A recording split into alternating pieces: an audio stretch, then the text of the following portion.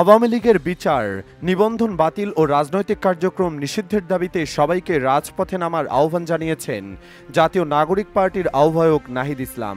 বৃহস্পতিবার ৮ মে রাতে নিজের ভেরিফাইড ফেসবুক আইডিতে দেওয়া এক স্ট্যাটাসে তিনি আহ্বান জানান।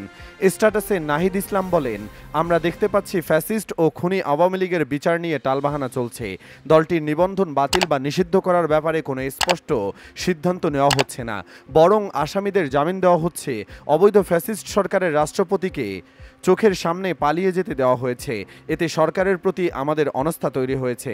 তিনি বলেন, জুলাই আমাদের প্রতিশ্রুতি ছিল খুনিদের বিচার। মুজিববাদীরা বাংলার মাটিতে আর কখনো রাজনীতি করতে পারবে না। আজ রাতেই ফয়সালা হবে আওয়ামী লীগের বিষয়ে। নাহিদ ইসলাম হুঁশিয়ারি দিয়ে বলেন, আওয়ামী লীগের বিচার, নিবন্ধন বাতিল ও রাজনৈতিক কার্যক্রম নিষিদ্ধের সুস্পষ্ট রোডম্যাপ না আসা পর্যন্ত আমরা রাজপথ থেকে উঠব না। শহীদ পরিবার ও আহতদের উদ্দেশ্যে তিনি বলেন, সবাই চলে আসুন। জুলাইয়ে সকল শক্তি, সকল শহীদ পরিবার ও আহতদের আহ্বান জানায় রাজপথে নেমে আসুন। বিচার নিশ্চিত না হওয়া পর্যন্ত আমাদের সংগ্রাম চলবে।